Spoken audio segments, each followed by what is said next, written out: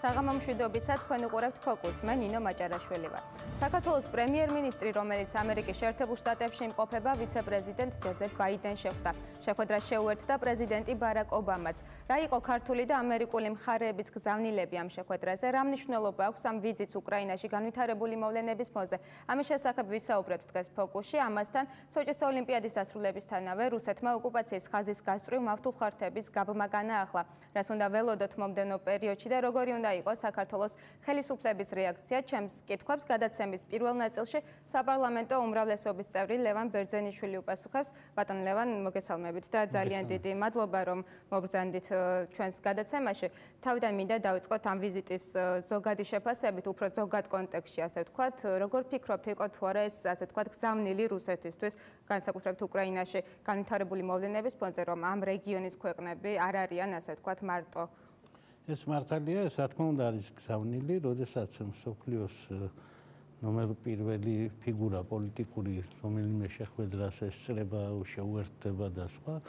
ეს არ არის ჩვეულებრივი სიურპრიზი და ჩვეულებრივი ამბავი, ახსეთი რამ ხშირად არ ხდება. ეს რა თქმა უნდა არის გზავნილი, ესაა გზავნილი როგორც ქართველი ხალხისადმი, ქართული პოლიტიკური ელიტისადმი, ასევე ესაა გზავნილი რა თქმა უნდა რუსეთისადმი, მაგრამ ეს ამავე დროს არის გზავნილი უკრაინისადმი, რომელიც მხარდაჭერის გზავნილია და ეს არის ამავე დროს გზავნილი ევროპის ქვეყნებისადმი, რომელიც მათი წაქეზების და მათი გამხნევების გზავნილია. ასე ვთქვათ, ეს ბევრნაირად სერიოზული ნაბიჯია და სწორედ ამიტომ გაკეთდა ასეთი ფორმით, ჩემი აზრით. ანუ შეიძლება პრეზიდენტის შესაძლოა, რომელიც არ იყო დაგეგმილი, რომელიც არ იყო მოსალოდნელი და არ უნდა იყოს. საერთოდ უნდა ვთქვათ პირდაპირ, რომ პრემიერ-მინისტრის პირველ ვიზიტზე არავინ არ გეგმავს და არავინ არ ელოდება, რომ ამერიკის შეერთებული შტატების პრეზიდენტი შეხვდება. მით უმეტეს, რომ საქართველოს წარმომადგენლობითი ფიგურა ჰყავს პრეზიდენტის სახით, ასე ვთქვათ და შეიძლება ამერიკის მხარეს ყოველთვის ეთქვა, რომ ჩვენ პრეზიდენტებს ხვდება და პრემიერებს ხვდება. თუმცა მაია ფანჯიკიძემ თქვა, რომ იყო დაგეგმილია შეხვედრა, უბრალოდ წინასწარ არ ახმაურებდნენ ამერიკის მხარის ძალიან კარგი და ამერიკის მხარე მithova რომ არ გახმაურდეს, ესე იგი მათ ჩაფიქრებული ჰქონდათ სწორედ ასეთი სახით და ეს სახე უსვამს ხას რომ გზავნილია.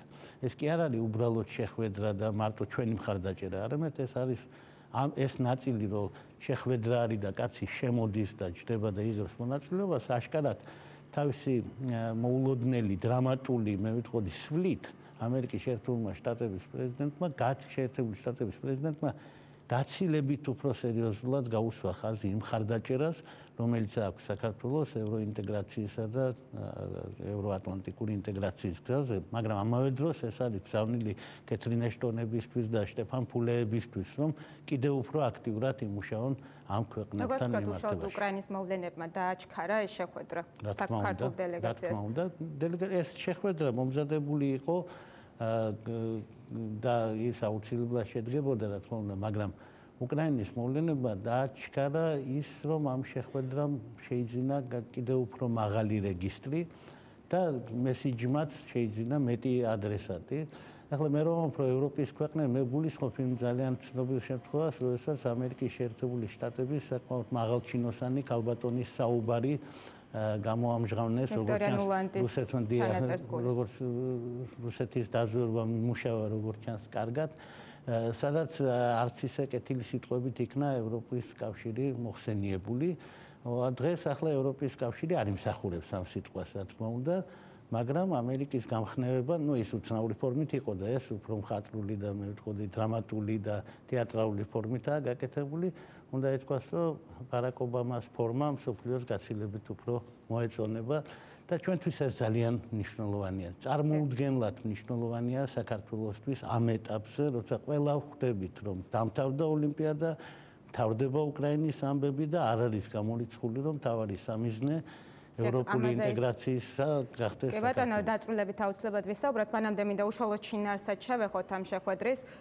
თქვენ თავადაც ახსენეთ, რომ უშუალოდ საქართველოს მიმართაც იყო აქ გზავნილები, გასაგებია იქ ობამამ და ბაიდენმა საქართველოს პრემიერ-მინისტრს უთხრეს, რომ ისინი მხარს უჭერენ საქართველოს ტერიტორიულ მთლიანობას, მის ევროატლანტიკურ კურსს, მაგრამ იქ ასევე იყო ასეთი მოწოდებაც ღარიბაშვილის მიმართ, წავიკითხავთ ციტატას, რომ მან განაგრძოს მუშაობა საქართველოს ყველა ლიდერთან და სამოქალაქო საზოგადოებასთან კანონის უზენაესობის და საქართველოს დემოკრატიული მიღწევების კონსოლიდაციის მიმართულებით. სხვათა შორის ეს ნაწილი გამორჩენილი იყო, როდესაც პრემიერის პრესამსახურმა გამოაქვეყნა პრეს-რელიზი ამ შეხვედრის შესახებ. როგორ ფიქრობთ, არის თუ არა ეს ასე ვთქვათ ღია მესიჯი, ღია გზავნილი უშუალოდ საქართველოში მიმდინარე სამართლებრივ პროცესებთან დაკავშირებით? ეს არის ღია გზავნილი თუ როგორი უნდა იყოს საქართველოს სამართლებრივი პროცესები. ეს არ არის კრიტიკა, ეს არის ესე იგი აღწერა იმ სიტუაციისა, რომელიც არის იდეალური და ამასთან უნდა იყოს მიახლოებული. ნუ რახან გაჩნდა ასე ვთქვათ ამ საჭიროება, შესანიშნავი საშუალება საკითხული იყოს და აღქმული იყოს ისე, ვისაც როგორ გაუხარდება. როცა ნათქვამია, რომ ლიდერებთან უნდა ითანამშრომლოს, რა თქმა უნდა, იგულისხმება ლიდერებთან თანამშრომლობა არა მარტო საკუთარ პარტიაში და საკუთარ კოალიციაში. რა თქმა უნდა, იგულისხმება ოპოზიციასთან თანამშრომლობა და ეს ბუნებრივია და ნორმალური ასე უნდა იყოს და ავად თუ კარგად თანამშრომლობთ ოპოზიციასთან. ყოველ შემთხვევაში საგარეო ვექტორში ამ საყვედურს ჩვენ ვერავინ ვერ გვეტყვის. მაინც რატომ გაჩნდა ეს ნაკლებად სავარაუდოა, რომ იგივე ესტონეთის პრეზიდენტისთვის ვთქვათ იგივე რამე თქვა, ხო? ზუსტად იგივე ტექსტი არის. შემიძლია ახლავე დაგიდოთ საფრანგეთს როგორ უთხრეს. იგივე ტექსტია, ეს არის ჩვეულებრივი ტექსტი, რომ გამოხატული არის ამერიკის შეერთებული შტატების უმაღლესი იდეალები, რომელიც საფრანგეთის შემთხვევაში აღქმულია როგორც მაღალი პოეზია, იმიტომ იმათ არ ეხებათ არანაირად ასე ვთქვათ კრიტიკულად და საქართველოს შემთხვევაში შეგვიძლია გავიგოთ ისე როგორც გვინდა. მე მესმის ეს, რომ ზუსტად ისე როგორც ეთყობა თქვენს გესმით, რომ წესიერად უნდა გააკეთოთ ეგ ამბავი, არ დაჩაგროთ არავინ, ყველაფერი გააკეთეთ კანონის ფარგლებში. მაგრამ მე ეს არ მესმის ისე, რომ დამნაშავეები არ დაიჭიროთ, გამოძიებები შეწყვიტეთ, ვანო მერაბიშვილი გაათავისუფლეთ დაუყოვნებლივ. ასე არ მესმის. ნუ როგორც ესე აქმაზეა ხოლმე საუბარი, ადრეც ყოფილა ხო გაფრთხილებები მიიღეთ უკრაინა, როგორც მაგალითი შტატები, რომ გავიხსენოთ. როცა მათ სურთ ისე ღიად ლაპარაკობენ და ისე პირდაპირ ლაპარაკობენ, იტყოდნენ პირდაპირ, რომ შეწყდეს პოლიტიკური დევნა, თუ დაინახავენ პოლიტიკურ დევნას. ამიტომ მე ამერიკაში სხვა ჩვენის სახელმწიფო დეპარტამენტში იმდენჯერ ვარ ნამყოფი და იმდენ შეხვედრას დავწერ, იმდენად მომისმენ, რომ ვიცნობ ამ ენას. რა თქმა უნდა, ეს არის დიპლომატიური ენა, მაგრამ აქ არ არის ის მესიჯები, რომელიც ხელისუფლებას შეაშფოთებდა და იტყოდა, რომ ცუდად გვაქვს ნამუშევარი. ეს არის ის ტექსტი, რომელიც ყველას უნდა მოგვეწონოს. ხელისუფლებასაც გაიხსენოთ თქვათ ისეთ შემთხვევაში, როდესაც ღია ტექსტით თქვენ თავად თქვით, რომ ღია ტექსტით მოუწოდებდნენ, რომ შეწყვეტეთ პოლიტიკური დევნა. ღია ტექსტი, აი მაგალითად. რა ტიპის ქვეყნებს? ღია ტექსტით მახსოვს ასეთი ნათქვამი, თქვენ უნდა გადააბაროთ ხელისუფლება მშვიდობიანად, უნდა წახვიდეთ და სხვა უნდა მოვიდეს. ზუსტად ეს უთხრეს მიხეილ სააკაშვილს. მარჩენები მოდიოდა და საუბარი არა, გადააბარეთ ხელისუფლება. ძალიან ღია ტექსტია. ну მაშინ ცდილობდნენ რომ ეს არ წაეკითხათ, არ დაენახათ. ახლა კი მადლობა უთხრეს, რომ ღირსეულად ჩაიბარეს ხელისუფლება, თქვენ ეს გამოგჩათ, მაგრამ ესეც არის. დიახ, არჩევნებს როგორც წესი აღნიშნავენ ხოლმე, როგორც წინ გადადგმულ ნაბეჭდს. გადაბარებაზე. არა, მათ თქვენს რომ ჩვენ გილოცავთ, რომ თქვენ მშვიდობიანად ჩაიბარეთ ხელისუფლება. არა მარტო გადამბარებელი ხალხი კი არ ცხადდება მარტო. წარმატება ხელისუფლების გადაბარებაში თუ არ ვწდები ასეთი ხელისუფლებას. მიღებაში მოგვილოცეს, იმიტომ მიღების დროს შეიძლება ცუდად მოიქცე და არ მინდა მაგალითები მოვიყვანო, მიმღები მხარე სად როგორ იქცევა. და ყველა არ იქცევა ისე ზომიერად, როგორც ჩვენ ვიქცევით, რაც მართალი. რას გულისხმობ? იმას გულისხმობ, რომ შურიზიება პირდაპირ წინა ხელისუფლებაზე არ მიმდინარეობდა და არ მიმდინარეობს. ხელისუფლებამ ეს არ დაუშვა. რაც მიმდინარეობს სხვა ქვეყნებში, ახლა თუ გნებავთ მაგალითები ბევრია. კი ბატონო, რაც შეეხება უშუალოდ ქართული მხარის მესიჯებს, გზავნილებს, რაც გაისმა ამ შეხვედრაზე, მაია ფანჯიკიძე, როგორც თავად ამბობს, ქართულმა მხარემ წამოწია რუსეთთან რაღაც პრობლემების საკითხიც, იგივე თქვენ თავად ახსენეთ, მავთუხლავთების გაბმის პროცესის გაგრძელება და ასევე ის 11 კილომეტრიანი ეგრეთ წოდებული უსაფრთხოების ზონა, რომელიც მაია ფანჯიკიძის ვეთქმით სავარაუდოდ დარჩება რუსეთმა აფხაზეთში, რომ გადმოწია სოჭის ოლიმპიადის საბაბით თავის დროზე. ხომ არ ფიქრობთ ხომ არ ჯობდა რომ თავიდანვე მეტი აქცენტი გაკეთებულიყო ამ ყველაფერზე. ახლა ხდება ამ თემების წამოწევა, მაგრამ ადრე ხელისუფლება ნაკლებად იყენებდა სხვადასხვა ფორუმებს, იგივე შეგვიძლია გავიხსენოთ ღარიბაშვილის პრემიერის ვიზიტი მიუნხენში უსაფრთხოების კონფერენციაზე. ამ საკითხში ჩვენ ეთყობა ვერასოდეს ვერ შევთანხმდებით, იმიტომ რომ მიუნხენის ვიზიტი მე მგონია წარმატება. და ვიცნობ ექსპერტების მოსაზრებას, რომელიც ამბობენ, რომ მიუნხენის ვიზიტი იყო წარმატებული. მიუნხენი რომ არ ყოფილიყო, არავითარი პრეზიდენტ ობამას შემოსვლა ახალგაზრდა პრემიერთან არ იქნებოდა. მიუნხენის ვიზიტი თავადაც თქვით წეგან, რომ ეს რაღაც ზოგადმა სიტუაციამაც განაპირობა და არა მხოლოდ უშუალოდ ღარიბაშვილის პერსონამ. რა თქმა უნდა, მაგრამ მიუნხენი მე არ ვთქვამთ, რომ მიუნხენი ღარიბაშვილის პერსონითაა მნიშვნელოვანი. მიუნხენმა აჩვენა საქართველოს ხელისუფლების ურყევი ნება, რომ ჩვენ მივდივართ დასავლეთისკენ. იცით, ახლა პარლამენტში ერთი კოლეგა გვყავს. რო შევალთ ევროკავშირში, მაშინაც იტყვით, არ იქნება, იმიტომ მაგათ ევრაზიული კავშირი უნდოდათო და ეს არ არის სწორი თემები. არავის არ უნდა სხვაგან. ჩვენ ყველას გვინდა იქ, სადაც გვინდა. ამიტომ ამ შემთხვევაში მე მგონია, რომ საქართველოს რაც შეეძლო და როგორც შეუძლია, იმას ვაკეთებთ. კიდევ იქნება ასეთი პრობლემები. ის 11 კილომეტრიან რო გადმოწიეს, ქონდა იმედი, რომ ოლიმპიადასთან დაკავშირებული ეს იმედი ბოლომდე ამოწურული შეიძლება ვინმეს არ აქვს. მინისტრმა ზაქარიაშვილმა თქვა დღეს, რომ ჯერ კიდევ უნდა დაველოდოთ. ჯერ კიდევ უნდა დაველოდოთ, რა თქმა უნდა, ბოლომდე ეს იმედი ამოწურული არ არის, იმიტომ რომ საერთაშორისო თანამეგობრობა ახლა გაცილებით უფრო იოლად ერევა ამ საქმეებში, ვიდრე ადრე. უკრაინის მაგალითის შემდეგ გაცილებით უფრო გათამამებული არის, მაგალითად მე ახლა რასაც მოусმინეთ ალბათონი ეშტონის საუბარს, ბატონი კემერონის შეფასებებს, ევროკავშირის მზადყოფნას, რომ 1 მილიარდი ევრო ახლავე გამოყოს უკრაინისთვის, იმ ხელისუფლებისთვის, რომელსაც აგერ მეზობელ ქვეყანად ჯერ აღიარებული არ ყავს და ჯერ კიდე იქ ირკვევა რა და როგორ არის, ამ ვითარებაში ევროპა გაცილებით უფრო თამამად და ვაშკაცურად გამოიყურება და ამ ვითარებაში ჩვენი ჩივილიც 11 კილომეტრიანზე, მავთულხლართებზე, დიცის და სხვა მოქალაქეების მდგომარეობაზე, რომელიც იქ არის და სხვა გაცილებით უფრო სერიოზულად შეიძლება იქნეს აღქმული და ჩვენ მადლობა მივიღეთ ბარაკ ობამასგან იმის გამო, რომ ცდილობთ რუსეთთან ურთიერთობის მოგვარებას. მაგრამ ეს მცდელობა ძალიან ძნელი საქმიანობა. ყველაზე ადვილი არის ის, რასაც ოპოზიცია კარნახობს, რომ ვაგინოთ უკანასკნელი სიტყვებით, იმიტომ ყველას გვინდა ეს ვქნათ ახლა გულის სიღრმეში, ყველას ძალიან კარგად გვესმის რა და როგორ არის, მაგრამ ჩვენ პასუხისგებლობით ვცდილობთ საერთაშორისო თანამეგობრობამ და იმ პასუხიანმა და სერიოზულმა წონიანმა ძალებმა გააკეთონ ეს, რაც ჩვენ არ შეგვიძლია. ჩვენი მხრიდან ეს ძალიან შეიძლება სასაცილო გამოჩნდეს და ემსგავსოს იმ მუქარას, რომელიც ვიეტნამი უთვლიდა ხოლმე ჩინეთს. სწორედ აი ამ ეგრეთ წოდებულ დათბობის პოლიტიკაზე, როგორც ვიხსენიებთ ხოლმე, მინდა კითხოთ და ამით დავასრულოთ ჩვენი საუბარი. იგივე პრეზიდენტმა, რომელიც ცოტა ხნის წინ ჰქონდა მას მოხსენება პარლამენტში, თქვა, რომ უნდა შეეცადოს საქართველო და არწმუნოს რუსეთი, რომ საქართველოს ევროატლანტიკური სწრაფვები, ასე ვთქვათ, საბოლოო ჯამში არ აზარალებს მის ინტერესებს. იგივე უკრაინის მაგალითი რომ ავიღოთ, აი ამ ფონზე ცოტა გულუბრყვილოდ ხომ არ ჟღერს თქვენი აზრით ასეთი განცხადებები, რამდენად შესაძლებელია რუსეთი ამაში დავარწმუნოთ. იცით, ეს არის დიპლომატიური ენა, დავარწმუნოთ რუსეთი, ახლა რუსეთის დარწმუნება ძნელია, მაგრამ რაღაცამ ხო დაარწმუნა რუსეთი, რომ ესტონეთი შეიძლება ნატოს წევრი იყოს. თქვენ როგორ გონიათ, რუსეთს ეძინა და ესიზმრებოდა ესტონეთი, ლიტვა და ლატვია ნატოში და რომ ნატო მისი მეზობელი გახდებოდა უშუალო, ამას დაუშვებდა ეს ოდესმე, მაგრამ მოუწია დარწმუნება. ზუსტად ასე მოხდება უკრაინის შემთხვევაშიც და გარწმუნებთ უკრაინა შეინარჩუნებს ტერიტორიულ მთლიანობას, მაგრამ აი დღეს მაგალითად თქვა ბჟეზინსკიმ, რომ უკრაინისთვის იქნებ ფინეთის ვარიანტმა ივარგოს. ნატოს არა, მაგრამ ევროკავშირს კი.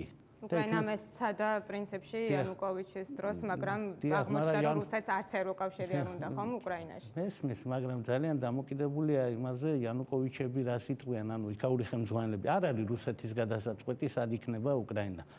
დიდი ქვეყანაა, მნიშვნელოვანი ქვეყანა, მაგრამ რუსეთზე უფრო მნიშვნელოვანი ქვეყნებიც არსებობს მსოფლიოში და საქართველო იმიტომ მოხვდება ნატოშიც და ევროკავშირშიც, რომ ასე გადაწყვიტა ქართველმა ხალხმა და ასეთი ისტორიული გარემო არის ახლა მსოფლიოში, რომ ქართველი ხალხის აზრს მნიშვნელობა აქვს. აქ თავარი არის ეს სიმტკიცე დღეს.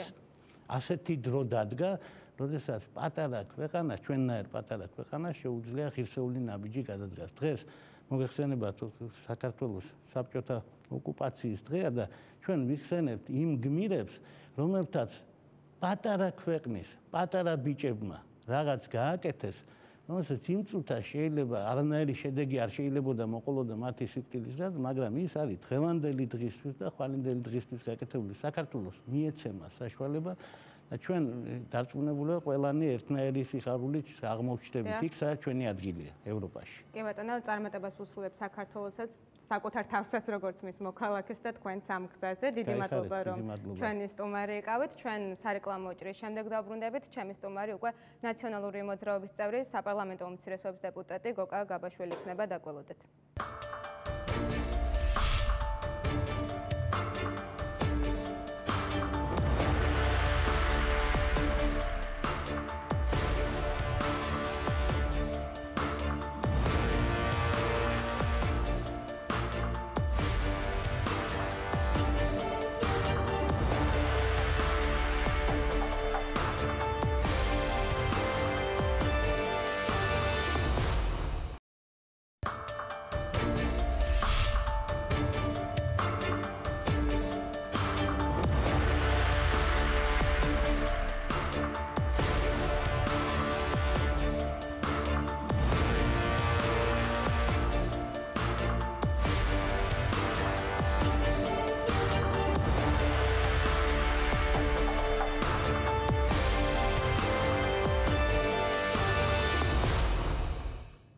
ბრუნდებით პირდაპირ ეთერში, ჩემი სტუმარია ნაციონალური მოძრაობის წევრი გოკა გაბაშვილი. ბატონ გოკა, მოგესალმებით, დიდი მადლობა მობრძანებისთვის.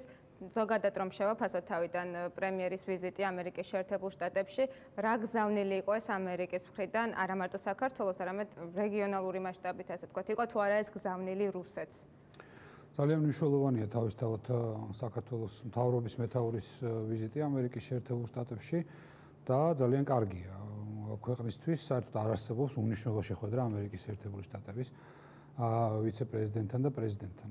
შესაბამისად, რაც უფრო ინტენსიური იქნება კონტაქტები, მით უფრო კარგია საქართველოსთვის და ჩვენ ძალიან კმაყოფილები ვართ, რომ მართალია დაგვიანებით და მართალია წელიწადნახევრის დაგვიანებით, მაგრამ ახალი ხელისუფლების წარმომადგენლობა ჩავიდა და შედგა შეხვედრა უმაღლეს დონეზე.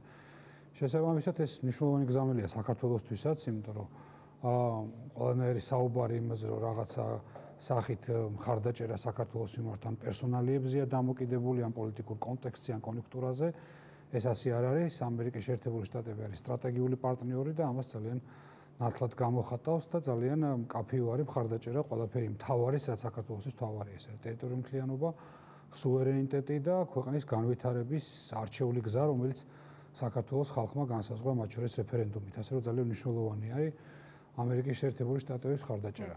ეს არის გზავნილი, რა თქმა უნდა, რუსეთთვისაც და მნიშვნელოვანია, რომ რუსეთში ესმოდეთ, რომ ამერიკის შეერთებული შტატების და დასავლეთის მხარდაჭერა საქართველოს მიმართ არ შესუსტდება, არ განელდება და დასავლეთის მხარდაჭერა ექნება საქართველოს თუ თავად საქართველოს ადეკვატურად ეს. ხომ არ განაპირობა ეს ყველაფერი ზოგადად ეს შეხვედრა ხომ არ დააჩქარა უკრაინაში განვითარებულმა მოვლენებმა, იმიტომ რომ ბოლო პერიოდში აკრიტიკებდნენ კიდეც ამერიკას, რომ მნიშვნელობა მიცა უკრაინის მოვლენებმა ამ შეხვედრას კიდევ უფრო მეტი მნიშვნელობა მიცა და ამას ხაზი გაესვა ამერიკულ მედიაშიაც, Wall Street Journal-შიც ხაზგასმული იყო დღეს, რომ მაშინ როცა რუსეთი ესე აგრესიულად იქცევა პოსტსაბჭოთა სივრცეზე ერთ-ერთი ქვეყნის წინააღმდეგ ხელმძღვანელობასთანაც არის დაგეგმილი შეხვედრა აქ. კი, ხაზგასმა არის ეს ამერიკის მხრიდან თავის მხარდაჭერის და ჩვენთვის ძალიან მნიშვნელოვანია, იმიტომ რომ საქართველოში შიგნით შიდა პოლიტიკურ დისკურსში სულ არის ღელვა იმასთან დაკავშირებით, რომ აი დასავლეთი მიგვატოვებს, ევროპა მიგვატოვებს, ამერიკა მიგვატოვებს და ვიქნებით პირისპირ რუსეთთან, ამიტომ ჯობია ეს პირისპირ მყოფი რუსეთი არ გავაღიზიანოთ, ვიყოთ დამთმობები. ზოგ შემთხვევაში კაპიტულანტურებიც ეს ასე არ არის, თუ საქართველოს მყარად და მტკიცედ იდგება თავის არჩეულ გზაზე ევროპისკენ და დასავლეთისკენ, ზოგადად დასავლური ორიენტაციის ქვეყანა თუ ვიქნებით, ეს მხარდაჭერა არ შენელდება, ეს არის ძალიან კარგი გზავნილი საქართველოსთვის, რომ ეს შეხვედრა შედგა.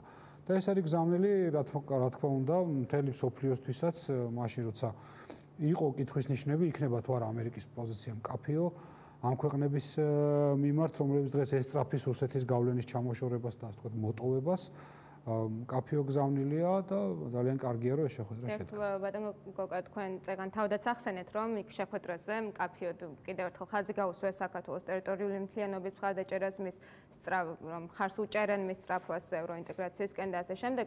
ნაციონალური მოძრაობა ხშირად აკრიტიკებს ხოლმე ხელისუფლებას, ამბობს რომ ის ასე თუ ისე პასიურია საგარეო ასპარეზზე და არაღიარების პოლიტიკაც მეორე პლანზე აქვს გადაწეული. თუ გაგიხარწყლათ ეს წუხილები თუ ეჭვები, აი თუნდაც ამ შეხვედრა. იცით რა, ჩვენი თვითმიზანი, ასე ვთქვათ, კრიტიკა არასოდეს არ არის, ჩვენ გვინდა რომ ხელისუფლება აკეთებდეს იმას, რასაც ჩვენ თვლით სწორად.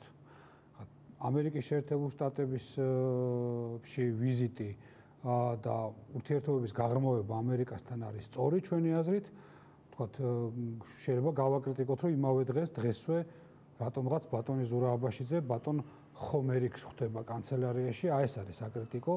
როცა პრემიერ-მინისტრი მაშინდელი ივანიშვილი გამოდის და ამბობს, რომ საქართველოს მთავრობა შეისწავლის ევროაზიური კავშირის პერსპექტივებს. თუმცა მაშინ ბევრი დრო გავიდა და აღარ განმეორებულა ხომ? თუ რაღაცას არასწორს გააკეთებენ, რა თქმა უნდა, ეს იქნება საკრიტიკო, ისე როგორც მიუნხენის კონფერენციაზე საუბრობდით თქვენ ჩემს წინა სტუმართან ბატონ ბერძენიშვილთან. არ ამგონია რომ მასაც მოწონებოდეს, როცა პრემიერ-მინისტრი ღარიბაშვილი მიუნხენის კონფერენციაზე ამბობს, რომ ევროკავშირი და რუსეთი მოილაპარაკებენ უკრაინის მომავლის შესახებ. რუსეთს არანაირი სიტყვა, ასე ვთქვათ, არანაირი say არ აქვს უკრაინის მომავალთან დაკავშირებით და საქართველოს პრემიერ-მინისტრის მხრიდან როცა ხდება ირიბად, ან პირდაპირ აღიარება იმისა, რომ რუსეთს აქვს უფლება იმსჯელოს თავის მეზობელი ქვეყნების მომავალზე და საგარეო პოლიტიკურ ორიენტაციაზე, აი ამას გავაკრიტიკებთ. ანუ კრიტიკა თავისთავადი, ასე ვთქვათ, ღირებულება არ არის და მარტო იმიტომ რომ მთავრობა აკეთებს რაღაცას, მარტო ამიტომ არ ვაკრიტიკებთ. მაშინ როცა სწორნაბიჯს გადადგავენ, აი მაგალითად უკრაინასთან დაკავშირებით, ხო, პირველ რეზოლუციაში, იმიტომ რომ რუსეთი იყო ნახსენები რეზოლუციაში უკრაინელი ხალხის მხარდაჭერაზე, უმრავლესობა თქვა უარი და მაშინ გავაკრიტიკეთ, რომ წარეთაც გავაკრიტიკეთ. ნაწილმა საერთოდ არ მიიღო კენჭისყრაში მონაწილეობა და რეზოლუცია ვერ გავიდა, მაგრამ ნაწილმა 35-მა დეპუტატმა წინააღმდეგი მიცა ხმა საქართველოს პარლამენტის განცხადებას უკრაინისთან სოლიდარობის გამო. მეორე მცდელობაზე უკვე როცა სიტუაცია ძალიან გამწვავდა, პარლამენტში მოხერხდა ჩვენი დაჟინებული მოთხოვნით რეზოლუციის მიღება და მაშინ რა თქმა უნდა უკვე აღარ გავაკრიტიკეთ, იმიტომ რომ მიცეს ხმა და ასე შემდეგ. როცა კალაძე გამოდის ერთ-ერთი მინისტრი და ამბობს, რომ პროტესტები გრუშევსკის ქუჩას არ ცდება, ეხლა გავაკრიტიკებთ, აბა რა იქნება, იმიტომ რომ ეს არის მოკლემხედველური, აბსურდული რაღაცა რუსეთის წინაშე ლიქვნელური განცხადება, ხო? მაშინ როცა ყველა რუსული ტელეარხი ამტკიცებს და მთელი პროპაგანდა რუსული მომართულია იქითკენ, რომ თქვას, რომ აი გრუშევსკის ქუჩაზე რაღაცა ხდება, მაგრამ დაანჩენი უკრაინა ჩვეულებრივად ცხოვრობს და არაფერში არ აღელვებს მაიდინის ბრძოლა ევროპული მომავლისთვის. ხო, როცა ამას ქართველი მინისტრი ამბობს, რა თქმა უნდა გავაკრიტიკებთ, მაგრამ თუ გამოვა ქართველი მინისტრი და იტყვის, რომ გვერდში უდგას უკრაინელი ხალხის ბრძოლას თავისუფლებისთვის, მაშინ არ გავაკრიტიკებთ. ანუ იმის ახსნა მინდა, რომ საქართველოს ხელისუფლების პოზიცია მთავარი მინუსი ეს არის გაუბედავი, მერყევი და მთავარი მინუსი არის ის, რომ თან ერთის მხრივ უნდათ, რა თქმა უნდა, რომ ეხა ფეხს ვერ დააბიჯებენ, ხო, საქართველოს მოსახლეობის პოზიციას, უმრავლესობის პოზიციას, რომ საქართველო მიდის დასავლეთისკენ და ამ გზაზე უნდა დარჩეს. ეს მათივე მომხრეების, ასე ვთქვათ, ასევე უმრავლესობის პოზიცია. იგივე მაია ფანჯიკიძემ როგორც თქვა, ეგ წამოწია ხალხის გადახდა პრორუსული, მარგინალური ძალებისთვის და ზოგჯერ ღია არტიკულირებული პოზიცია რუსული პოზიციებიდან საქართველოს ხელისუფლების გამოსვლა, რა თქმა უნდა, ყოველთვის კრიტიკას დაიმსახურებს ჩვენ. კი ბატონო, კიდევ ერთი გზავნილი იყო ამერიკის შეერთებული შტატების მხრიდან, მათ საქართველოს მთავრობას მოუწოდეს, რომ იმუშაონ სხვა ლიდერებთან ერთად კანონის უზენაესობის და დემოკრატიის კონსოლიდაციის მიზნით. ბატონ ლევანსაც დაუსვია შეკითხვა, მან თქვა, რომ ზოგადად ასეთი გზავნილები ყველა შეხვედრაზე ჟღერს ამერიკის მხრიდან. თქვენ ნაციონალური მოძრაობა როგორ იღებს ამ მესიჯს? ამერიკის შეერთებული შტატების გზავნილებში ჟღერს ხოლმე ის, რაც მნიშვნელოვანია იმ მომენტში. ეხლა ამერიკის შეერთებული შტატები თulis და ეს არაერთხელ გაცხადებულა, მაგალითად ვიქტორია ნულანდის განცხადება შეგახსენოთ, რომელიც სულ ცოტა ხნის წინ მან გააკეთა, შემიძლია შეგახსენოთ ძალიან ბევრი დასავლელი პოლიტიკოსის განცხადება, ასევე არ მხოლოდ ამერიკელების, კარლ ბილტის და სხვების, ასევე შემიძლია შეგახსენოთ საპარლამენტო ასამბლეების განცხადებები, რომ დიდ პრობლემას წარმოადგენს საქართველოში ის, რომ საქართველოს ხელისუფლება ზოგჯერ უფრო მეტად იყურება უკან, უფრო მეტად იყურება პოლიტიკური რევანშისკენ, უფრო მეტად იყურება პოლიტიკური შურისძიებისკენ და შერჩევითი სამართლით გამოხატავს ამას ყველაფერს, ვიდრე იყურება წინ. ამერიკელები თვლიან, რომ მნიშვნელოვანია, რომ საქართველოს საზოგადოებაში იყოს უფრო მეტი თანხმობა, იყოს უფრო მეტი კონსოლიდაცია, ლიდერებს შორის უფრო მეტი თანამშრომლობა და არა დაპირისპირებით, არა თქვათ ურთიერთქიშპობით, აი ამას არ გადაყვეს ძალიან მნიშვნელოვანი რამ, ძალიან მნიშვნელოვანი ისტორიულ მომენტში. ამიტომ ამერიკელების გზავნილში ეს იყო, მე გამიკვირდა კიდევაც რა არის ამაში ისეთი მიუღებელი, რომ საქართველოს მთავრობის განცხადებაში ეს გამორჩენილი იყო ეს გზავნილი. ნუ მათ ეს ახსნეს, იმიტომ რომ დროშის სხვაობის გამო არ ქონდათ სრული ინფორმაცია და ჯერ თავადად ეს შემდეგ არ ამგონია, ალბათ თავისთავად გზავნილის ეს ნაწილი არც თუ ძალიან მოეწონათ, მაგრამ ნუ მოულოდნელი მათთვის არ უნდა ყოფილიყო ეს, იმიტომ რომ პრეზიდენტი ობამაც, ვიცე-პრეზიდენტი ბაიდენიც თავის დროზე სახელმწიფო მდივანი ჰილარი კლინტონიც ძალიან ნათლად საუბრობდნენ იმაზე, რომ მათ მიაჩნიათ საქართველოს წინა ხელისუფლება იმ პოლიტიკურ ძალად, რომელსაც ააშენა დემოკრატიული ინსტიტუტები ქვეყანაში, რომელსაც განსაზღვრა ეს სტრატეგიული ურთიერთობები დასავლეთთან, რომელმაც ასევე მოიპოვა 2009 წელს სტრატეგიული ურთიერთობების ქარტია ამერიკის შეერთებულ შტატებთან, რომელმაც დაიწყო საქართველოს მონაწილეობა ISAF-ის პროგრამაში და რომელიც იყო ძალიან მყარი პარტნიორი დასავლეთისა, ძალიან კაფიოდ გამომხატველი დასავლური კურსის, ხო? ამ წინა ხელისუფლების წარმომადგენლების, ასე ვთქვათ, ასეთი დემონიზაცია, რომელსაც ახდენს დღევანდელი მთავრობა, რა თქმა უნდა, იქ მიუღებელი იქნება და რა თქმა უნდა, ამაზე ძალიან დიპლომატიური და ვთქვათ, მისაღები ფორმებით. საბატონო ლევან ბერძენიშვილმა თქვა, რომ ისინი კარგად მოექცნენ საკუთარ ოპონენტებს. საქართველოს სტრატეგიული მოკავშირეა ამერიკის შეერთებული შტატების და არანაირი საჭიროება, ასე ვთქვათ, იმისა, რომ საჯაროდ ღიად და გაცხადებულად გააკრიტიკოს საქართველოს მთავრობა ეხლა აი ამ გადამწყვეტ მომენტში ისეთი ქვეყნებისთვის, როგორც საქართველოა, ამერიკის შეერთებულ შტატებს არ აქვს და მისი მესიჯი იქნებოდა ძალიან მეგობრული და ის სათქმელიც, რომელიც ეთქვა საქართველოს მთავრობას, ესეც ძალიან მეგობრული ფორმით იქნება, რა თქმა უნდა, ნათქვამი. ხა ბატონ ლევანი საუბრობდა იმაზე, რომ აი ხელისუფლების გადაცემაზე ძალიან პირდაპირ იყო საუბარი. მაშინაც ამერიკის შეერთებული შტატები საუბრობდა იმაზე, რასაც თვლიდა ძალიან მნიშვნელოვნად საქართველოსთვის, როგორც მისი სტრატეგიული პარტნიორისთვის, რომ თავდებოდა პრეზიდენტ სააკაშვილის მეორე ვადა და ბუნებრივია transition of power, ანუ ხელისუფლების გადაცემა მოხდებოდა და მნიშვნელოვანი იყო ამერიკელებისთვისაც, ევროპელებისთვისაც, ჩვენთვისაც, რომ ეს განხორციელებული იყო მშვიდობიანად. ეხლა ამერიკის შეერთებული შტატები არასოდეს არ ასახელებს, რომელი პოლიტიკურმა გუნდს უნდა გადაეცეს ხელისუფლება, რომ ეს საქართველოს სუვერენული არჩევანია და საქართველოს ამომრჩევლის სუვერენული არჩევანია. მაგრამ როგორც არ უნდა მომხდარიყო, ეს უნდა მომხდარიყო მშვიდობიანად, დემოკრატიული წესების დაცვით, როგორც ეს მოხდა.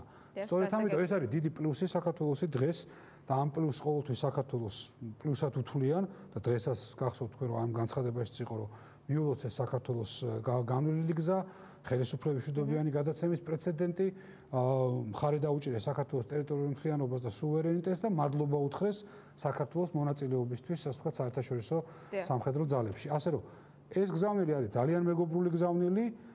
ბატონმა ლევანმა ძალიან იღელვა იმაზე, რომ კრიტიკა არ იყო, სურვილი იყო, რომ საქართველოს მთავრობა ასე და ასე მოიქცეს. კრიტიკა სხვა ფორმატებში, საპარლამენტო ფორმატებში, კონგრესმენებისგან, სენატორებისგან აქ უფრო მკაფიოდ და ხმამაღლა ისმის ხოლმე კრიტიკა. და კიდევ ერთი კითხვა და ამით დავასრულოთ ჩვენი საუბარი, მავთუხლართები, რომელიც გაბმაც გააგრძელა რუსეთმა მაშინვე როგორც კი დასრულდა ოლიმპიადა და ესეც ამ მთლიანი სურათის ნაწილია, ხომ? იგივე მანანა ფანჯიკიძემ, მაია ფანჯიკიძემ თქვა, რომ ეს თემაც წამოწიეს იქ შეხვედრაზე. ნაციონალური მოძრაობა ამაზეც აკრიტიკებს ხოლმე ხელისუფლებას, რომ სათანადოდ არ აყენებს ამ პრობლემებს და უფრო ჩქმალავს მათ, საუბრობს პოზიტივზე, რაც არის თქვათ რუსეთთან ურთიერთობაში ხელისუფლების მტკიცებით. დღეს, როდესაც უკვე დაიწყო ხელისუფლებამ ასე თუ ისე ხმამაღლა ამაზე საუბარი და საერთაშორისო თანამეგობრობის ჩართვას მოითხოვს და ასე შემდეგ, რამდენად კარგად უმკლავდება თქვენი აზრით ხელისუფლება აი ამ შექმნილ სიტუაციას ისინი ამბობენ, რომ პროვოკაციებსაც ელიან მომავალში. ხელისუფლება უფრო მეტად ზრუნავდა იმაზე, რომ რუსეთს არ შეექმნას რაიმე საიმიჯო პრობლემები ოლიმპიადის დროს. და ჩვენ გვახსოვს ბატონი ზაქარიაშვილის განცხადება, რომ ეს არაფერი ეს 11 კილომეტრი არ აუშავს, დამთავრდება ოლიმპიადა და მან დღესაც თქვა, რომ 21 მარტამდე უნდა ხო, ნუ ეხლა თუნდაც პარაოლიმპიურ თამაშებს უნდა დაველოდოთ ბატონი ზაქარიაშვილის ლოგიკით და ადრეც ანუ ამბობდნენ, რომ ეს მხოლოდ მტრული რიტორიკაა, თუ ამაზე ვისაუბრებთ და მოდი საქართველოს ნუ გააღიზიანებს რუსეთს და მოდი საქართველოს ნუ შეუქმნის დასავლეთსაც პრობლემას, იმიტომ რომ დასავლეთს არ უნდა კონფრონტაცია რუსეთთან და საქართველოს ნუ გამოეჩხირება ამას შუაში. გარკვეულწილად შეიცვალა ეს დამოკიდებულება, არ გიჩვენებათ ბოლო პერიოდში. ეს დამოკიდებულება თუ შეიცვლება და ამაზე თუ ხმამაღლა იქნება საუბარი და მათ შორის რუსებთან თუ იქნება ამაზე საუბარი, ძალიან კარგია, იმიტომ რომ საქართველოს უნდა თავის პოზიციები დაიცვას, რა თქმა უნდა. რუსეთის გუნებგანწყობილება და სტრატეგიული მიზნები არ შეიცვლება, მისი სურვილია მის გვერდში იყოს საქართველო, რომელიც არის დაქვემდებარებული მათ ნებას და სადაც პოლიტიკური პროცესები ვითარდება ისე, როგორც ისინი თვლიან სწორად. ახლა ის რომ ბატონი მარგველაშვილი ან ბატონი ივანიშვილი ან ბატონი ღარიბაშვილი აუხსნიან რუსებს, რომ მათი დაახლოებით 500 წლიანი პოლიტიკა არის არასწორი და ისინი უნდა იყვნენ კომფორტულები მეზობლებისთვის და უნდა აწყობდეთ განვითარებული მდიდარი 7 მეზობლები და არა დაქვემდებარებული, ძალიან დიდ წარმატებას უსურვებ ამის ახსნაში, მაგრამ ბუნებრივია ეს. ნუ მათი არგუმენტია, რომ წინა ხელისუფლებამ სხვა ტიპის რიტორიკით, ისინი ხშირად ახსენებენ სიტყვასაც, თქვათ, ისტერიკით ვერაფერი ვერ მიიღო. არსებობს ხომ ასეთი არგუმენტი? იცით რა, შედეგს ვერ მიაღწია. იცით რა, მოდით გავიხსენოთ წინა ხელისუფლების მცდელობა 2004-2005 წლებში, რომ ეს ყველაფერი სხვანაირად ყოფილიყო, რომ რუსეთს უარი ეთქვა იმ განზრახვებზე, რომელიც რუსეთს ჰქონდა. რომ ჩვენი რა თქმა უნდა პოლიტიკაც ასე დაიწყო 2004 და 2005 წელს. ჩვენი მესიჯი იყო რუსეთთან, რომ აი დავიწყოთ სუფთა ფუცლით, გიწვდით ხელს, მოდი ჩამოვართოთ ხელი, მაგრამ ამავე დროს რა თქმა უნდა ჩვენ გვინდა დასავლეთისკენ, ჩვენ გვინდა ნატო, ჩვენ გვინდა ევროკავშირი. ჩვენ პასუხად მივიღეთ ეკონომიკური ემბარგო, პასუხად მივიღეთ ენერგეტიკული ბლოკადა, ჩვენ პასუხად მივიღეთ პირდაპირ სამხედრო თავდასხმა. ეს ასე მოხდა წინა წლებში. ეხლა ხელისუფლებას ცდილობს თქვას, რომ ეხლა ის დაიწყებს სუფთა ფუცლიდან, რომ არც არაფერი არ მომხდარა, ასე ვთქვათ, და შესაძლებელია რუსეთთან, ასე ვთქვათ, დათმობის პოზიციით რაღაცის მიღწევა. და ესტონეთი, რომელსაც თქვენ გადაცემის პირველ ნაწილში იხსენებდეთ, ლიტვა და ლატვია სრულიად საპირისპიროს მაგალითია, ეს არის მაგალითი არა დათმობის, არამედ არის მაგალითი ძალიან პრინციპულად, ძალიან მკაფიოდ საკუთარ პოზიციებზე დგომის, საკუთარი პოზიციების დაცვის და პირველ რიგში დასავლური მხარდაჭერისა და ყურადღების მობილიზების. ესტონელებს, ლიტველებს და ლატვიელებს არც უფიქრიათ, არც ერთი წუთით, რომ ეთქვათ, რომ მოდი ახლა დასავლეს ნუ გავაღიზიანებთ ჩვენზე საუბრით.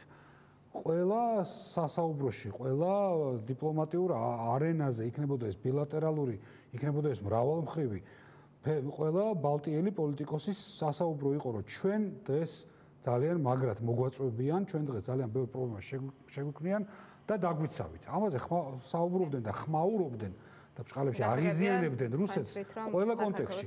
მას მერე რაც მათ მიაღწიეს ნატოს წევრობას, აი მას მერე გაჩნდა შანსი რუსეთთან ურთიერთობების დარეგულირების. ანუ ყველაფერი პირიქით არის, რასაც დღევანდელი მთავრობა აკეთებს. რუსეთთან დათმობა კი არ გამოიწვევს იმას, რომ რუსეთთან ურთიერთობები დარეგულირდება.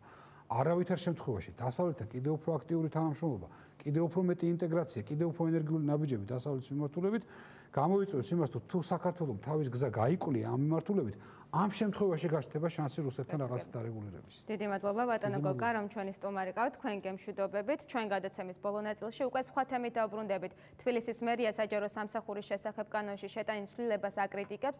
ახალი ნორმის მიხედვით ადგილობრივი არჩევნების შემდეგ თვითმმართველობის ყველა მოხელე, მათ შორის კონკურსის წესი დანიშნულიც ჩაითვლება დროებით მოვალეობის შემსრულებლად. გამოთავისუფლებულ ადგილზე კი კონკურსი გამოცხადდება. მერია ასევე ოპოზიცია და არასამთავრობო ორგანიზაციები თვლიან, რომ კითხვები ჩდება ამ ნორმის კონსტიტუციურობასთან დაკავშირებით, ასევე იზრდის საჯარო სამსახურებში ადამიანების პოლიტიკური ნიშნით დანიშვნისა და გათავისუფლების ალბათობას. ამის შესახებ ასევე თბილისის თვითმმართველობის კრიზისის შესახებ ჩემს სტუმრებთან, თბილისის მერის მოადგილე ირაკლი აბესაძესთან და თბილისის საკრებულოს იურიდიული კომისიის თავმჯდომარესთან დავით ჯინჭარაძესთან ერთად ვისაუბრებ, დაგველოდეთ.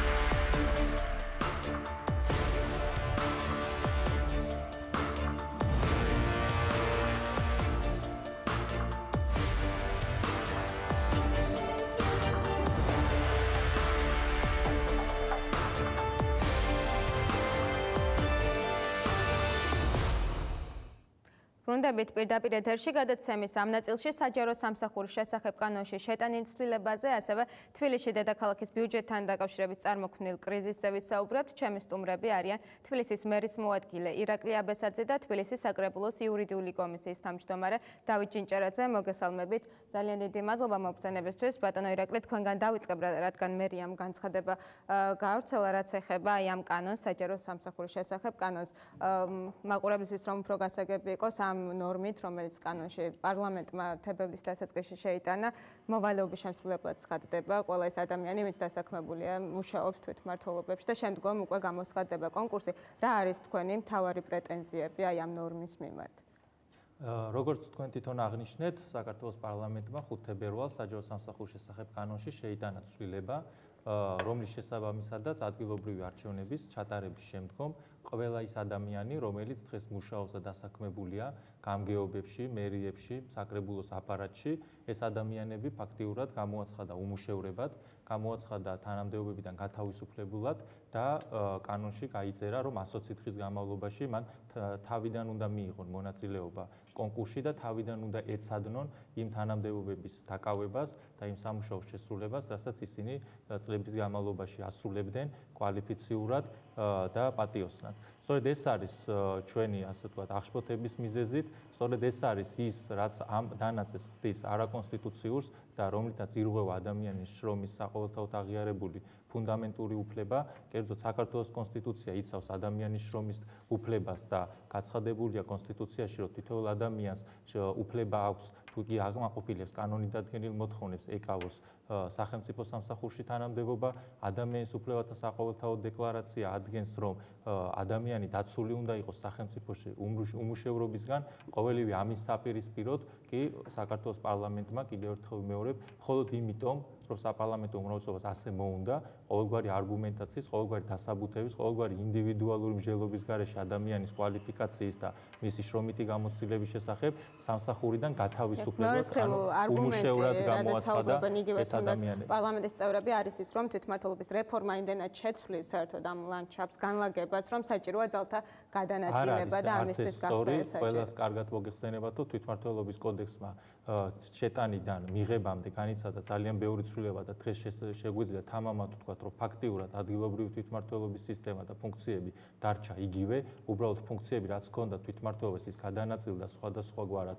საკრებულოსა და აღმასრულებელ დაწესებულებებს, გამგეობებსა და მერიებს შორის, თუმცა კიდევ ერთხელ ვიმეორებ, ადამიანის თანამდებობიდან გათავისუფლებას დღეს მოქმედი საჯარო სამსახურის შესახებ კანონისგან გამომდინარე სჭირდება კონკრეტულად ინდივიდუალური მსჯელობა და დასაბუთება, თუ რატომ არ შეიძლება ის ადამიანი მუშაობდეს თანამდებობაზე, თუ არ შეესაბამება დაკავებულ თანამდებობას, თუ რაიმე დარღვევები აქვს საქმიანობაში. ხოლო თუ კი იგი შეესაბამება დაკავებულ თანამდებობას, თუ კი იგი კვალიფიციურია, თუ კი იგი სამუშაოს ასრულებს პატიოსნად, მაშინ რატომ უნდა გამოვაცხადოთ, კიდევ ერთხელ ვიმეორებ, კანონით ის გათავისუფლებულად და რატომ უნდა ვაიძულოთ ის თავიდან ეცადოს იმ თანამდებობის დაკავებას, რომელიც მას თავის დროზე დაკავებული ქონდა კონკურსის წესით. რაზეც ბატონები და მათ შორის საპარლამენტო უმრავლესობის კომენტარებიც, წევრების კომენტარებიც მოვისმინეთ, მათ შორის გამოეხმაურა ამ საკითხს ინფრასტრუქტურის მინისტრიც, რომელმაც განაცხადა, რომ დაგეგმილია საჯარო მოხელეების სერტიფიცირება და სამწუხაროდ მინდა აღვნიშნო, რომ მან არ ვიცი შეცდომით მოვიდა თუ რის გამო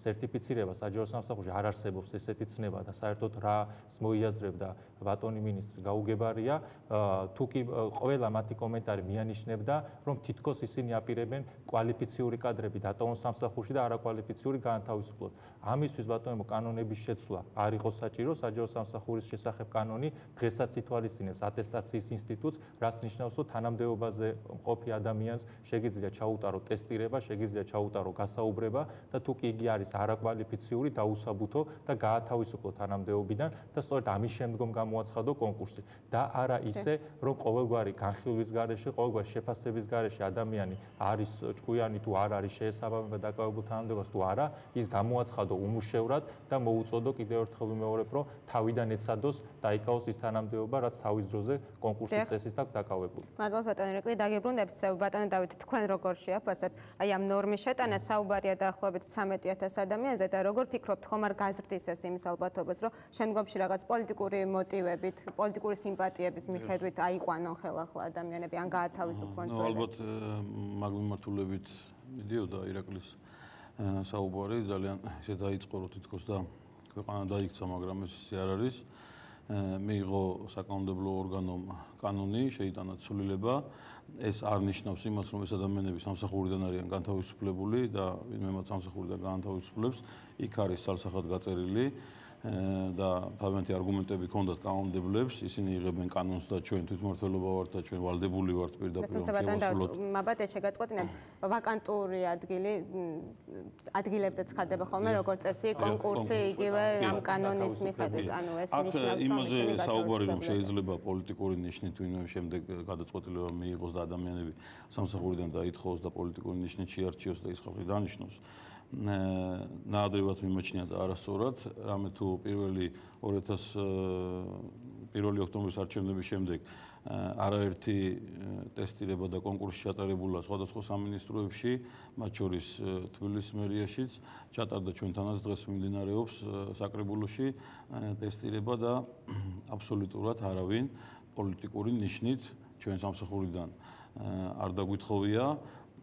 პოლიტიკური ნიშნით დათხოვა უფრო ის იყო, როდესაც ჩემმა კოლეგამ გააკეთა განცხადება და დატოვა ერთიანი ნაციონალური მოძრაობა, მე ჩემი ფრაქციის თავმჯდომარეზე მაქვს საუბარი გოგა ქველაძეზე, რომლის დაც მეორე დღეს გამოშვებული იქნა თბილისის მერიიდან, სამსახურიდან უმიზეზოდ ეს არის ქალბატონი სევდიას აპარატში მუშაობდა მერის მოვალეობის შესრულებლის და გოგა ქველაძემ გააკეთა თუ არა განცხადება მეორე დღიდან ფაქტიურად ამ გოგოს მიმართ შეიცვალა ურთიერთობები და რამოდენიმე დღეში დათხოვნილი იქნა სამსახურიდან. ეს იყო უკანონო, ეს დაადასტურა სასამართლომაც, არის ამის გადაწყვეტილება რომ ეს იყო. კი ბატონო, ირაკლი გეთანხმებით გასაჩივრებულია ვადასწრებთ თორე მე სამცხარო არ ვიცნობ ამ საქმეს. ხო, რაც შეეხება ეს ადამიანების პოლიტიკური ნიშნით განთავისუფლებას, ხოლო რაც შეეხება ამ კონკრეტულ კანონს, კანონის მიხედვით, როდესაც ჩატარდება არჩევნები, შვილის აპარატის უფლებას მოიგო სასამართლო პროცესი და ისიც უკანონო გათავისუფლებლად ჩაითვალა, ასე რომ თუ ზოგადად ვისაუბრებთ უკანონო გათავისუფლების თემაზე, საკუთარი მაგალითებით თემას დაუბრუნდეთ. რატომ გახდა საჭირო თქვენი აზრით აი ამ ნორმის შემოღება და გათავისუფლება ამ ადამიანების და შემდგომ ნაწილის თქვათ ან ყველას არ ვიცი, უკან აყვანა კონკურსის წესს? აქ არავინ არ თავისუფლდება, იმიტომ ვიძახი რომ აი არასწორად რატომ ხდებიან მოვალეობის შესრულებები მაშინ ასე ვთქვა. კანონში შევიდა ცვლილება, ადამიანები, რომლებიც მუშაობენ საჯარო სამსახურში, ისინი ხდებიან მოვალეობის შესრულებული ამ კანონის მიხედვით. მე კიდევ ერთხელ ვიმეორებ, კანონს იღებენ კანონმდებლები, ჩვენ ვართ თვითმმართველობა და ვართ ვალდებული ვართ დავემორჩილოთ. ირაკლი მე მათქვე მეორე და მესამე. დაგებონდებით, მოდით დავაცადოთ. ეს ადამიანს გამოცხადდნენ მოვალეობის შესრულებად, რაც იმას ნიშნავს, რომ მან უნდა მიიღოს მონაწილეობა კონკურსში და ის შეიძლება იმ თანამდებობაზე ვერ დაინიშნოს, მოდით ვაცადოთ ბატონდაოს და შემდგომ თქვენი მოგცემთ საშუალებას, რომ თვითმმართველ თვითმმართველობის კოდექსში არის ახალი იქნება, რომელიც შევა თვითმმართველობის არჩევნების შემდეგ ძალაში. სპეციფიკა იცოლება თვითონ თვითმმართველი ერთეულის მუშაობის და აქედან გამომდინარე ჰქონდათ კანონმდებლებს არგუმენტები იმისა, რომ აღნიშნული კანონი მიიღოთ. მე არ მიმუშავია აღნიშნულ კანონპროექტთან დაკავშირებით, მაგრამ ვიცი მათი განცხადებებით, მათი აზრით არგუმენტი იყო ეს. და გავიმეორებ იმას, რომ პოლიტიკური ნიშნით თანამშრომლების სამსახურიდან გაშვება დღეის მდგომარეობით არ ხდება. და რა მოხდება ხვალდაზე ეგ ნაადრევად მიმოჩნია და არასწორად ამაზე საუბარი და იმ ადამიანების შესტუმრების შეყვანა უბრალოდ ვინც დღეს წარმოადგენს უკაცრავად. არასწორი ინტერპრეტაციით წაიყვანა აბსოლუტურად ბატონმა დავითმა. მე არ მithავს მე პირველ რიგში ჯერჯერობით მე არ მithავს არც ერთი წინადადება შევხვიდან არ თქონდა რომ ვინმე პოლიტიკური ნიშნით დაინიშნება.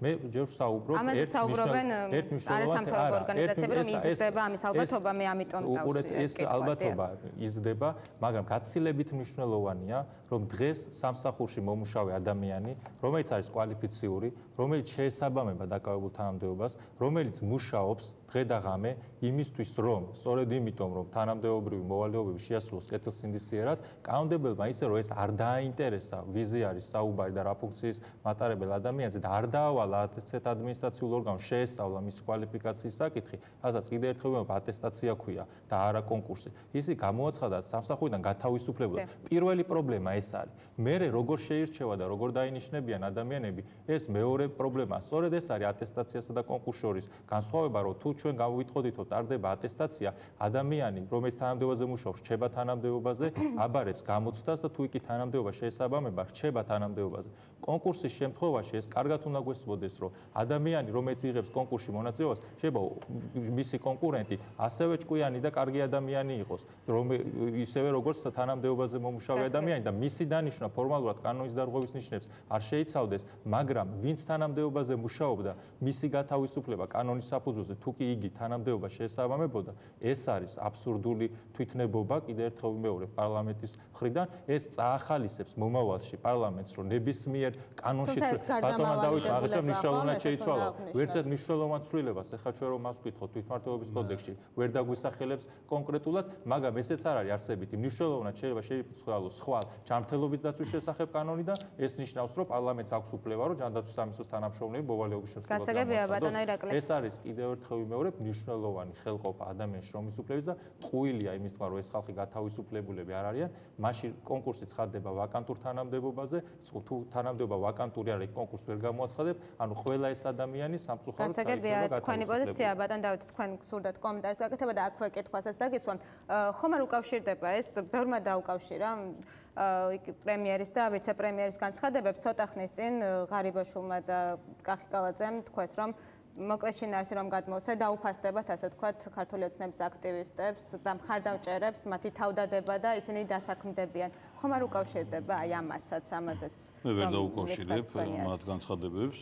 აღნიშნულ საკითხს რამე თუ ვიმეორებ, ქართული ოცნება 1 ოქტომბრის შემდეგ რაც ხელისუფლებაში მოვიდა, კიდევ ერთხელ ვიმეორებ, რომ ეს საჯაროა, ეს ინფორმაცია შეგიძლიათ გადაამოწმოთ ძალიან ბევრ სამინისტროში, ძალიან ბევრ სტრუქტურულ ერთეულში, თვითმმართველობაშიც, მათ შორის ჩვენთანაც თქვი, ჩატარდა კონკურსი და მე ყოველ შემთხვევაში არ გამიგია არც ჩვენთან საკრებულოში ვინმე არ მოსულა საჩივრით, რომ პოლიტიკური ნიშნით ვინმე გაეშვათ სამსახურიდან. ამიტომ ამ მიმართულებით აქცენტების გაკეთება სხვა მიმართულებით აქცენტებს გაკეთება, რომ ეს არის ადამიანის შრომითი უფლებების დარღვევა და კონსტიტუციური უფლებების დარღვევა. მე კურსველი მინდა ვიყო მართლაც და უთხრა იმ ადამიანებს, ვინც საჯარო სამსახურში მუშაობენ, რომ ვინდავენ თუ არა მართლა თვითონ მათიცია, კონკურსიც აქვს ალბათ უმრავლესობას მონაწილეობა მიღებული.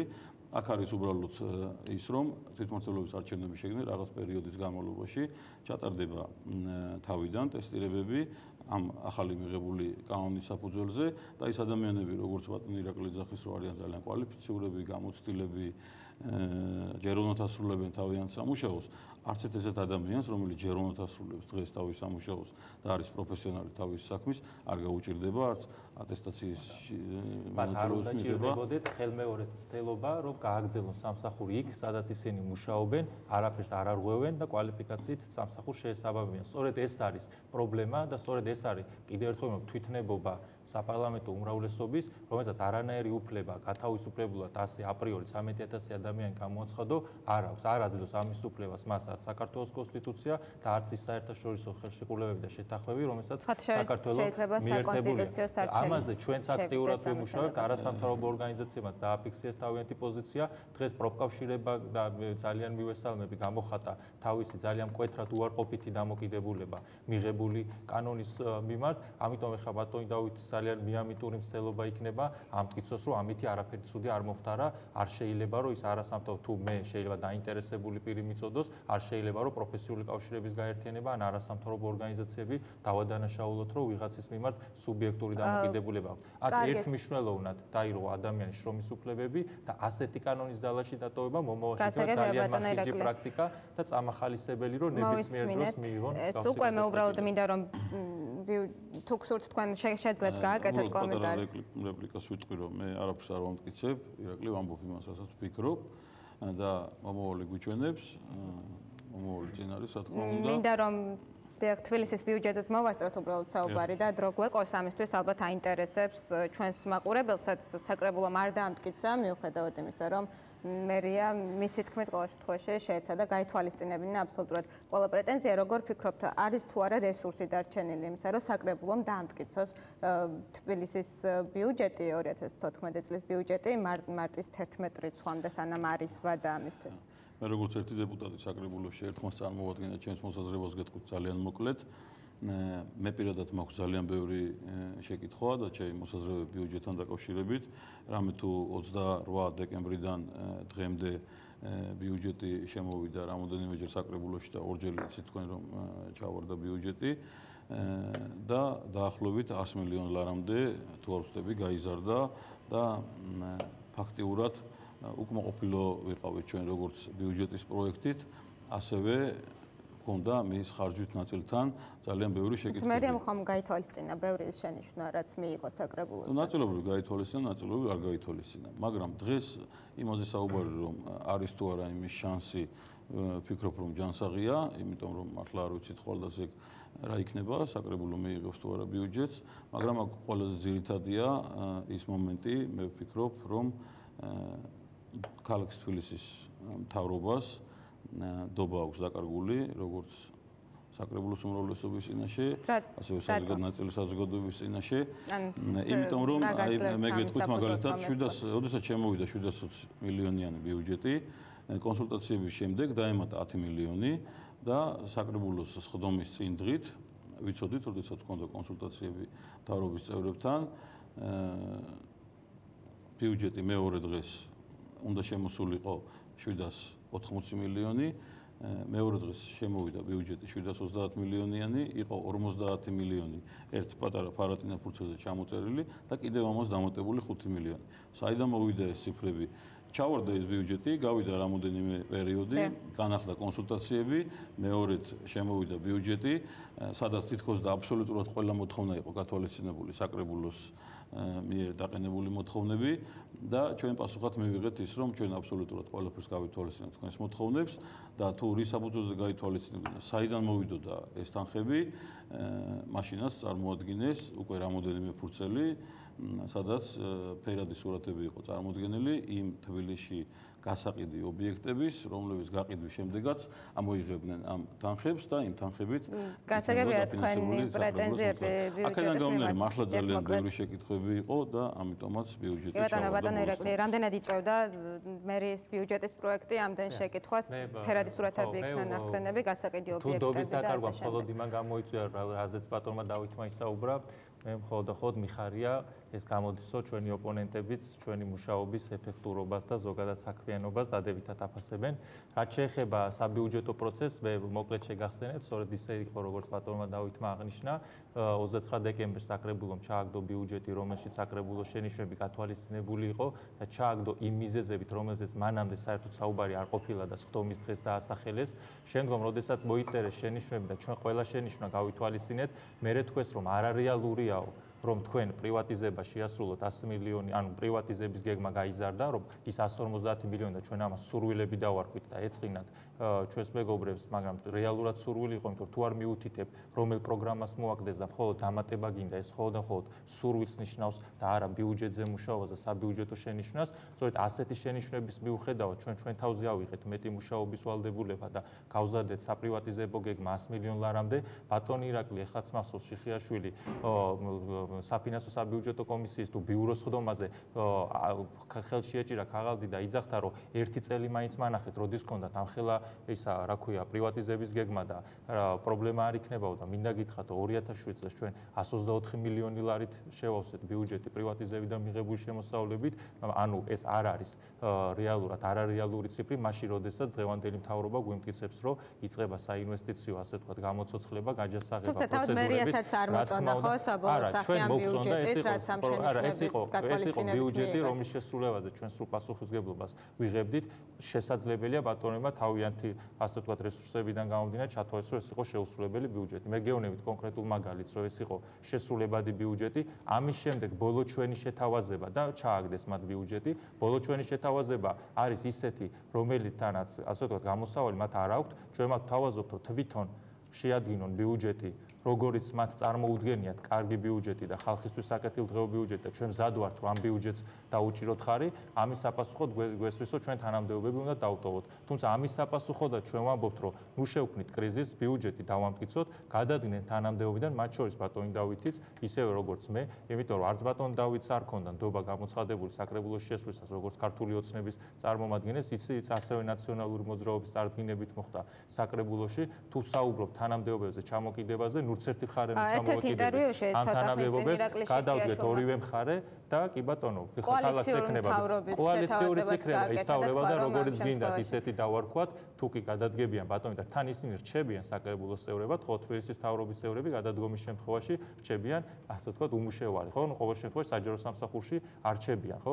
მათ არც რა თქმა უნდა ისინი არ აპირებენ თანამდებობის დატოვებას, იმიტომ რომ არ ვიცი რამდენად რა ქვია სერიოზული არგუმენტაცია აქვს, რატო არ უნდა ქნან ეს, ნუ ყოველ შემთხვევაში მათი მხრიდან არის გაუთავებელი სახელი, რომ მხოლოდ ჩვენ უნდა გადავდიოთ და ჩვენ უნდა წავიდეთ სახში. ჩვენ ეს ამას ასე არ ვთვლით. მე ერთ მომენტსაც ბოლოს ორი წინადადებით მინდა ხაზი გაუსვა, ყოველთვის აპელირებენ და თავს იწყნარებენ, რომ თბილისის მერია მუშაობს და პროგრამები ხორციელდება და ხალხო მერია იტყუება თითქოს რა ქვია მე-12 პრობლემა. მე მინდა გითხრათ ძალიან მოკლედ და ძალიან მკაფიოდ, თუ კი რაიმე კეთდება, დამერწმუნეთ რომ ორჯერ მეტი გაკეთების შესაძლებლობა ექნებოდა თბილისის მერიას დამტკიცებული ბიუჯეტის შემთხვევაში. ყველაზე მარტივი მაგალითი რო გითხრათ, შარშან მაგალითად ამხანაგობების ბიუჯეტი იყო 24 მილიონი, წელს არის 35 მილიონი. ეს ხომ 11 მილიონით, ანუ თითქმის 50%-ით მეტია ხო შარშანდელ ბიუჯეტზე. ეს იმას ნიშნავს, რომ ნახევარი საქმით ნაკლებს ვაკეთებთ, ვიდრე შეგვეძლებოდა ბიუჯეტის დამტკიცების შემთხვევაში გაგვეკეთებინა.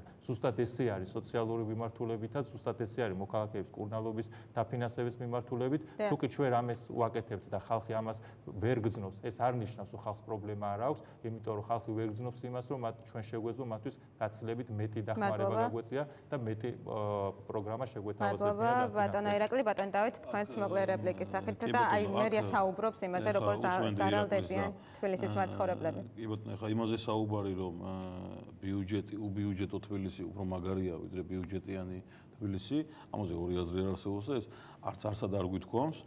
და არც ასად ესეთ რამეს. არა, იყო ხოლმე განცხადებები, რომ მერიის საბუჯეტაშია ის, რომ რაღაც პროექტებს საჩერებენ დაფინანსებს არ ქონია. უპასუხა ირაკლი იმას, რასაც მთელი იანვარი და იანვრის ბოლომდე და კიდე დღემდე მერია კამპანიას ეწევა, რომ თითქოს ეს 1/12 არაფერში არ ყოფნის და აჩვენებენ ამ დანგრეულ სახლებს და თითქოს ეს დანგრეული სახლი იანვარში დაინგრა და წინა წელში არ ყოფილიყოს. წინა წელში არ ყოფილიყოს. კი, გეთანხმებით, რომ რაღაც თემებმა გადაიწია რაღაც პერიოდით, იმიტომ რომ რაღაც ტენდერები, გამოცხადებული ტენდერები გაუქმდა, მაგრამ თავი და თავი აქ არის ის, რომ არ აქვს დღევანდელ წარმოუდგენელ ქალაქის მთავრობას ნდობა უმრავლესობისგან და ამიტომ ის ვერ დახარჯავს იმ 780 მილიონს, რომელიც მათ აქვს წარმოუდგენელი საკრებულოში. როგორც ხვდები, საბოლოოდ არ დამტკიცდება ეს ბიუჯეტი. პოზიცია და ყოველგვარი მსჯელობა ფინანსური დოკუმენტის უვარგისობაზე არის. ეს ჩემი ერთი დეპუტატი. და ამის შესაძლებლობა მოყოს ფედერალური მმართველობა დაშლა ქალაქის ფედერალური მმართველობა ნიშნავს საკრებულოს დაშლას, თბილისის მთავრობის დაშლას. ეს არ ნიშნავს მთავრობას შეუძლებს მხოლოდ მერის მოვალეობის შესრულებლის დანიშვნა, რომელსაც მოუწევს მუშაობა გააგრძელოს თბილისის დღესმოქმედ მთავრობას. არ არის შორს, ასე ვთქვათ. ძალიან დიდი მადლობა სტუმრობისთვის. ფოკუსი დღეს ამით დასრულებულია. გემშვიდობებით.